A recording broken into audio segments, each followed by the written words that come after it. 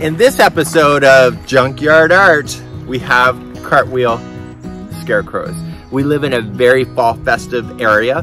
We are in an agriculture area, plus it's also Nova Scotia. Lots of pumpkin patches and fall festivals all over the place. One of the things that they like to do is do ornamental scarecrows. So in moving to Nova Scotia, I wanted to be part of that. If you'd like to have the frame for this, I actually recorded my instructions and you'll find that in the video information. I put a link there for you.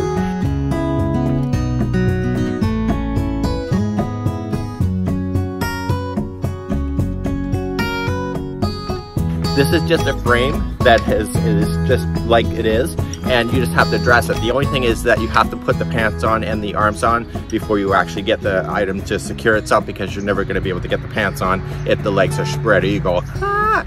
So anyway, they are life-size. The one here doing the full splits is wishful thinking. That is Daniel, and it's got Daniel's clothing on there, so it's a lot of fun. He loves his garden, and for myself, I'm cartwheeling in the other direction, again wearing my clothes, and it's fun. So these have just been redressed. We're going now into year 3. So the first 2 years they wore the same clothing, but their clothing completely bleached out from the sun. And these are really kind of comical. People either like them or they don't.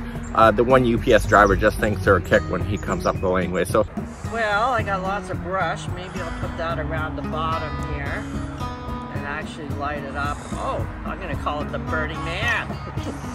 Oh, there we go. I'll have my own Burning Man festival here. Sounds good.